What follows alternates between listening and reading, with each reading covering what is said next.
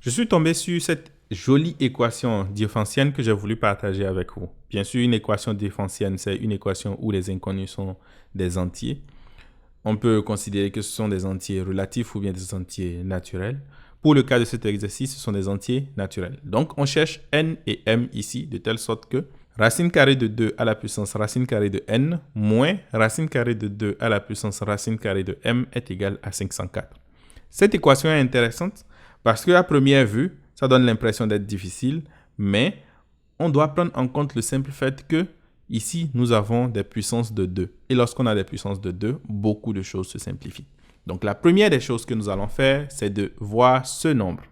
Donc, je prends 504 et j'essaie de faire son développement en produit de facteurs premiers. Donc, en divisant par 2, j'ai 25, 2.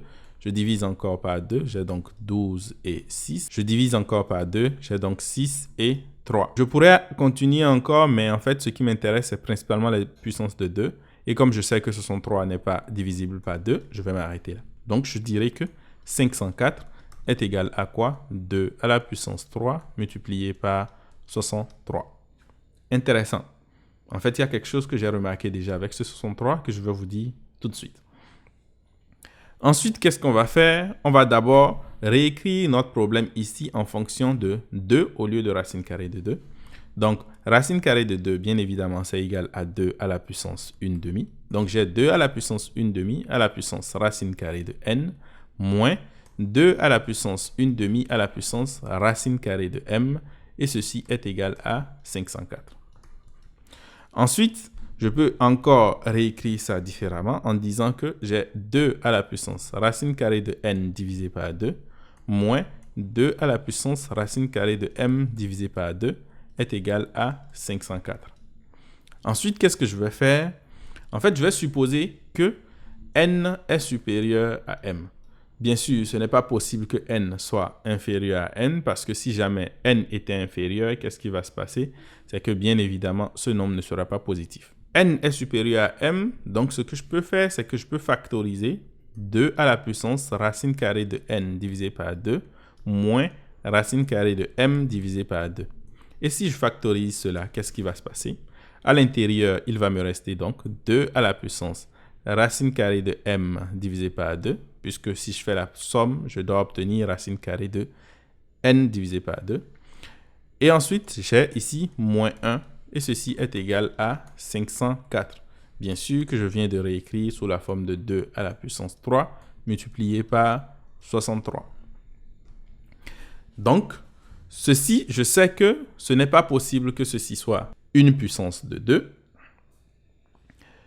Donc, ça veut dire que probablement que lui, il est égal à 63 et que lui, il est donc égal à 2 à la puissance 3. Et ce qui est intéressant et que j'avais remarqué tout à l'heure, c'était quoi? 63 lui-même est une puissance de 2 moins 1. En d'autres termes, si je fais 63, je sais que c'est égal à 64 moins 1. Et 64 lui-même est égal à 2 à la puissance 6. Donc, ce qui est intéressant là, c'est que je peux réécrire ça comme 2 à la puissance 6 moins 1. Et bien sûr, on commence à voir beaucoup de choses qui se simplifient.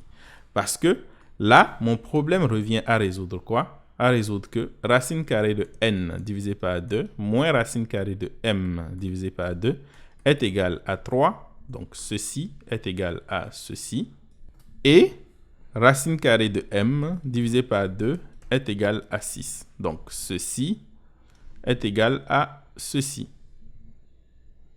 Et bien sûr, ça devient beaucoup plus simple parce que ceci, je peux le ramener là. J'aurai donc racine carrée de n divisé par 2 moins 6 qui est égal à 3 et racine carrée de m divisé par 2 qui est égal à 6. Cela veut dire quoi? Cela veut dire simplement que racine carrée de n est égal à 6 plus 3, donc 9, multiplié par 2, donc 18. Et racine carrée de m est égal à 6 fois 2, donc 12. Ce qui me permet donc de conclure que n est égal à 18 au carré et que m est égal à 12 au carré. J'espère que vous avez aimé la vidéo. Si vous avez trouvé d'autres solutions à cette équation diophantienne, n'hésitez pas à l'écrire en commentaire. Et sur ce, ciao!